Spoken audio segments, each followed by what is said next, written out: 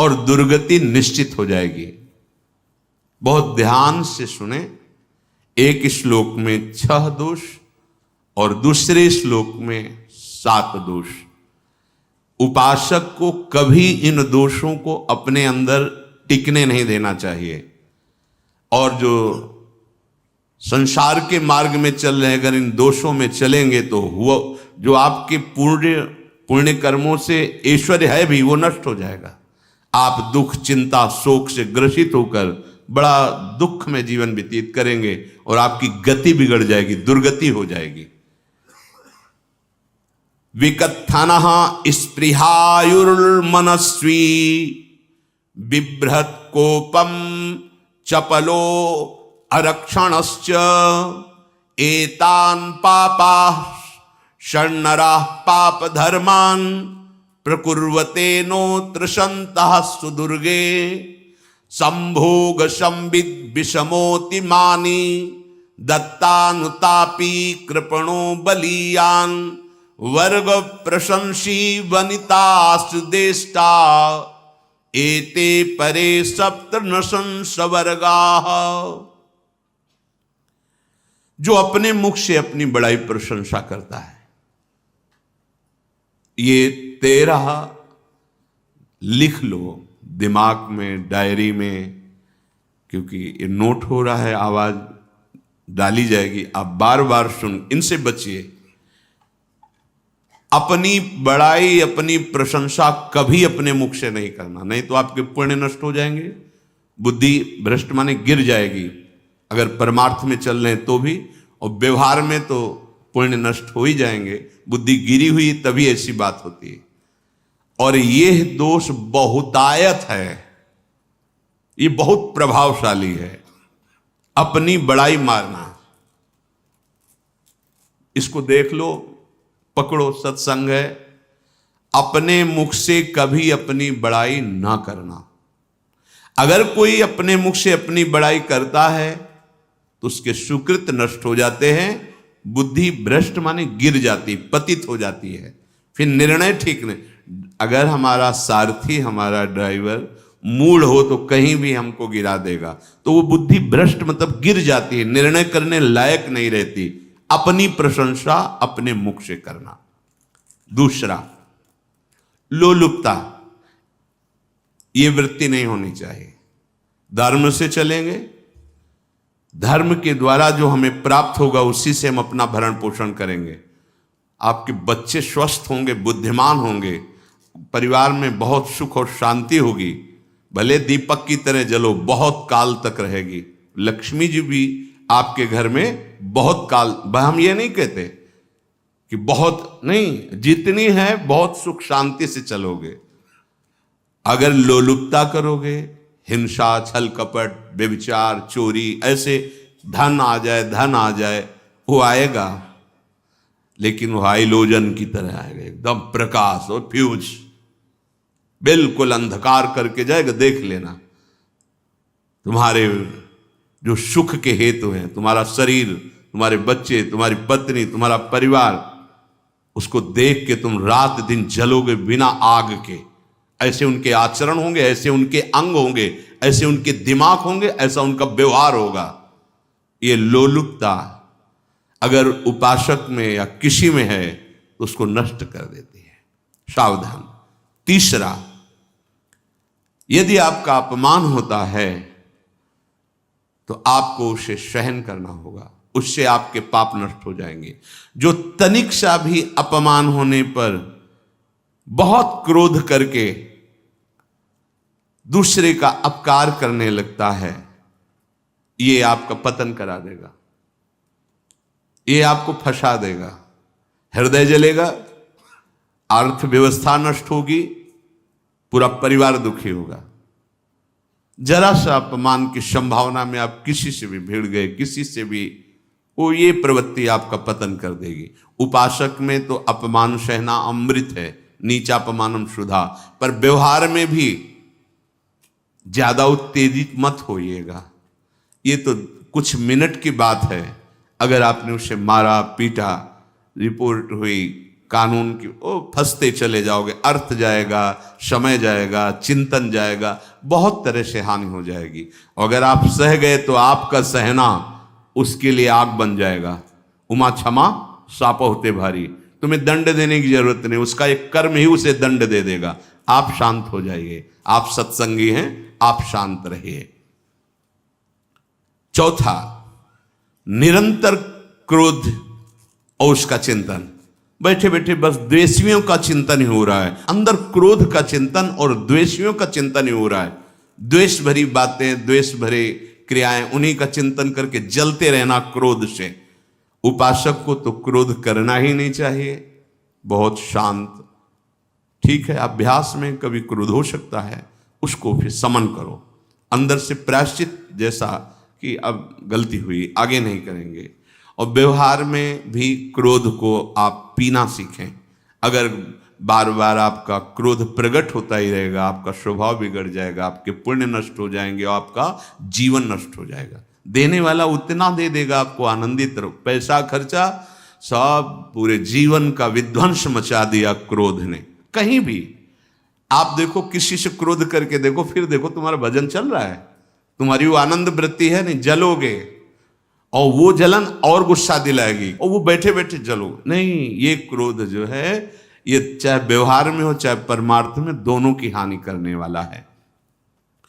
और आश्रित जनों की रक्षा ना करना।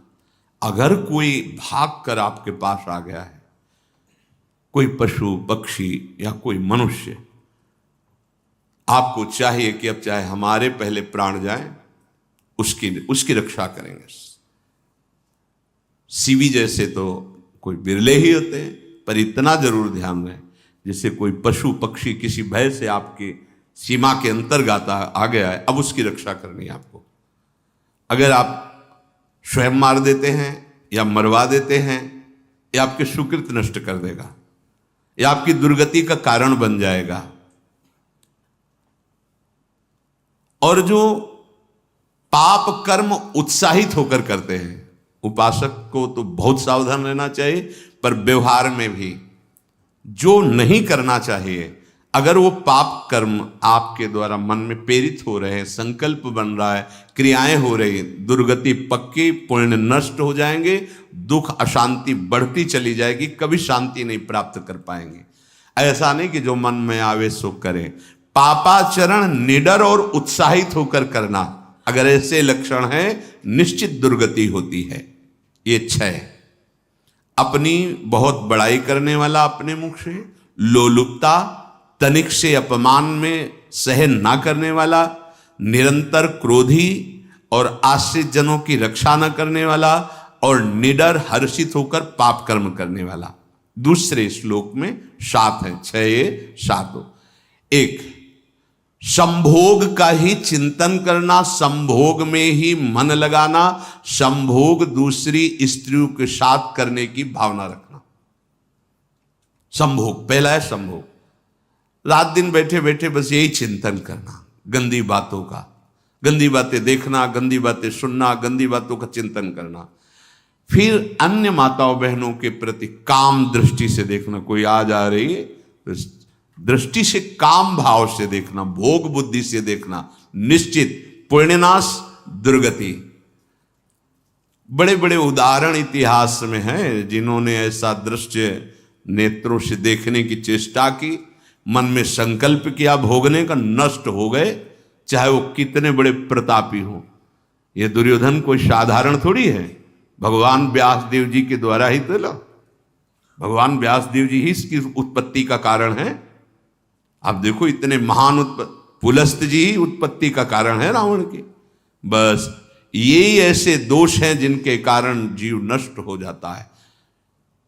ठीक है, धर्मयुक्त काम भगवान ने आदेश किया है, आपका पाणिक ग्रंथ संस्कार हो गया है, संतानोत्पत्ति की भावना से कुछ पवित्र तिथियों का त्याग करते हुए चर्चा में हुई है। एक नियम है, एक आदेश है शास्त्र का।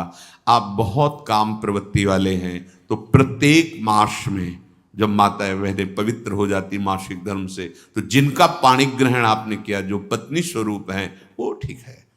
वहां भी बार बार के लिए, व्यभिचार प्रवृत्ति के लिए शास्त्र आदेश नहीं करता, संयम पूर्वक, और उसका चिंतन नहीं करना। पाणी ग्रहण संस्कार है, घर में विराजमान है, एक संयम एक नियम के अनुसार उसका चिंतन तो फिर भ्रष्ट कर देगा। चिंतन प्रभु का करना है, चिंतन प्रभु की सेवा जो आपके कर्तव्य, इसके चिंतन से बचो। घातक है, बहुत बड़ा जहर है। अगर विषय चिंतन होने लगा तो मरोगे, जिंदा जलोगे, दुर्गति भी होगी। ये अंदर की जो आग है ना, कामाग्नि, ये इतनी बढ़ती चली जाएगी, तुम्हारे होश खराब हो जाएंगे कि मुझे क्या करना चाहिए क्या नहीं करना चाहिए। कुआ मदांधो मदनातुरोमा, अंधा हो जाएगा, नहीं दिखाई देगा अनुजा तनुजा क्या है कौन है, कुछ नहीं, भ्रष्ट बुद्धि। संभोग का चिंतन नहीं।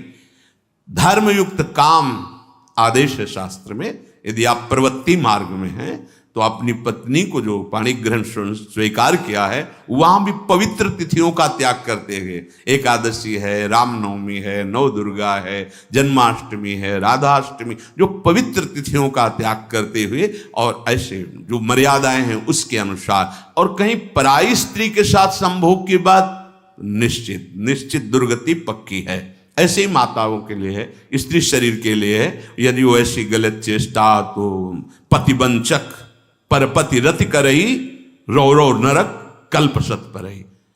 ये भोग चिंतन से बचने की चेष्टा कीजिए तो क्रिया से अपने आप बच जाएंगे। क्रिया के पहले चिंतन होता है, चिंतन से ही क्रिया का आवेश आता है। चिंतन संभालिए, इसी से भगवत प्राप्ति होती है, चिंतन से, और इसी से दुर्गति भी होती है। अनन्यस चिंतयन्तु माम, भगवान चिंतन करे मेरा करो, कर्तव्य कर्म मेरे को समर्पित करो। अब जब चिंतन संभोग का होगा तो बुद्धि भ्रष्ट हो जाएगी। ये जो राक्षसी प्रवृत्तियां सुनने को मिलती है ना, कि ऐसा हुआ, वो देखा सुना और चिंतन किए, अब इतनी राक्षसी वृत्ति आ गई कि बस अब उनमें और राक्षसों में कोई अंतर नहीं रह गया। दूसरा, विषमता रखने वाला, सबके साथ बर्ताव ऐसा कि मैं बहुत श्रेष्ठ हूं और दूसरे सब नहीं, ऐसा व्यवहार नहीं। सब भगवत स्वरूप हैं, समान व्यवहार। जैसे आपके भोजन है तो जो आप पा रहे हो वही सबको दीजिए, बैठने की व्यवस्था, उठने की व्यवस्था, क्रम बाय क्रम, पर उसको भी नीच भाव से मत देखिए। उस कोटि का उसको प्यार दीजिए, दुलार दीजिए, सम्मान दीजिए। इतनी विषमता न फैलाते रहें अपने जीवन में कि आप सबके निंदा के पात्र बन जाए। विषमता नहीं, सबको प्यार। हाँ ठीक है, पुत्र का अलग प्यार है, भाई का अलग प्यार है, पिता का अलग प्यार है, पर हमारा व्यवहार प्रीति युक्त होना चाहिए, विषमता भरा नहीं होना चाहिए। अगर हमारे चित्त में विषमता ही रही तो संसार है, प्रभु नहीं है। जीत विषम संसार कीर्ति जग बिस्तरे, जो विषमता पर विजय प्राप्त कर लेता है वही भगवत प्राप्ति का अधिकारी। ये विषमता बहुत बड़ी हानि है।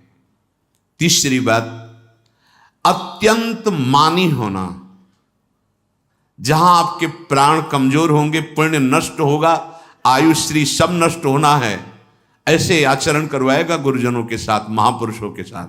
ये बहुत नीच प्रवृत्ति है। अत्यंत मान प्रियता, मुझे सम्मान मिले, उत्तम प्रवृत्ति है। सबको मान देना, स्वयं अमानी रहना।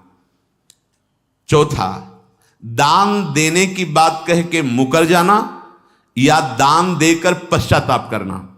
दे दिया है, बहुत जल रहे हो, दूसरे से वार्ता कर रहे हो कि पता नहीं क्या यार बुद्धि में हो गया, हमने उसको इतना कहा था, उतना दे दिया, क्यों दे दिया, ऐसा, मतलब अंदर चिंतन करना, क्यों दे दिया तो दिया। इसके बाद जो आपका ये जलन हो रही, पश्चाताप, सुकृत नष्ट हो रहे हैं। दान देकर पश्चाताप करना या दान देने की बात कह के मुकर जाना। जैसे आपने कह दिया आपको इतना इतना ऐसा, अब आप मुकर गए, ब्याज सहित तुम्हें देना होगा, ये तुम्हारी दुर्गति का कारण बन जाएगा। ऐसे ही नहीं बोलना चाहिए, बहुत होश से। वाणी एक अमोल है, जो कोई बोले जान, ये तराजू तौल के तब मुख बाहर आन। पांचवा, अत्यंत कृपण होना, ना परिवार को सुखी कर पा रहा, ना अपने को सुखी कर पा रहा है। एक एक सिक्का बैंक में जो मर गया। धन की वास्तविक गति यही है कि अपने परिवार को खूब उसकी अनुकूलता प्रदान करो। उसमें से कुछ हिस्सा किसी ऐसे को जिससे तुम्हें बदले में कुछ लेने की भावना ना हो। कोई साधु महात्मा, गाय, पशु, पक्षी, किसी भी जीव बीमार है शरीरधारी, उसके जिससे कुछ कभी लेने की भावना न हो, एहसान की भावना न हो। सो धन धन्य प्रथम गति जाकी, धन्य हो गया उसका धन। अब वो कृपण का धन किसी काम में ना स्वसुख, ना परिवार के सुख, ना धर्म कार्यों में, व्यर्थ जीवन चला गया। उसी धन का चिंतन करना, उसी का संग्रह करना और उसी की रक्षा करते करते शरीर छोड़ देना, तो चिंतन बिगड़ गया। तो कह रहे हैं जो कृपणता है और अर्थ और काम की प्रशंसा, उसी की चर्चा, उसी का चिंतन, रुपया और भोग, उसी की चर्चा कर, जहां बैठे रुपया की चर्चा, भोग की चर्चा, जहां एकांत में बैठे उसी का चिंतन, कैसे रुपया बढ़े, कैसे भोग मिले। और अगर अवसर मिला तो रुपया अधर्म से आवे चाहे धर्म से, उसको इसकी कोई परवाह नहीं। भोग चाहे धर्म से हो चाहे अधर्म से, जिसका अर्थ और काम भोग ही चिंतन है वो धर्म नहीं। जिसका धर्म चिंतन का विषय है तो अर्थ और काम भी ऐसा होगा जो मोक्ष प्रदान करने वाला हो। धर्म, अर्थ, काम, मोक्ष। और जो बालक, स्त्री, पागल, असहाय, जो इनकी रक्षा न करके इनकी हानि करता है, दुर्गति निश्चित है। माना आपकी पत्नी है, उसका स्वभाव बिगड़ा हुआ है, क्रोधी है, कटु वचन बोल, लेकिन आपके ही प्रारब्ध के लिए, माना आपका पति ऐसा स्वभाव वाला है, पर आपके ही प्रारब्ध से तो संयोग बना है आकर, अब इसका निर्वाह कर ले जाओ तो पवित्र हो जाओगे दोनों। और अगर झगड़ा और लड़ाई और मारपीट और कहीं हिंसा आदि के रूप में उतर गए तो फिर और करनी बिगड़ गई। बालक है, आप उसको ज्ञान नहीं कि आप पवित्र है, कि आप पवित्र है, उसको ज्ञान नहीं कि आप उसके साथ व्यवहार अच्छा कर रहे हैं कि बुरा कर रहे हैं। रक्षा करनी है आपको, शोषण नहीं करना। कह रहे हैं स्त्री, बालक और पागल, जैसे विक्षिप्त है, पागल है, आपको रक्षा करनी है। बन जाए तो उसको भोजन, ऐसा नहीं कि ईंट मारो, उसको अपमानित करो।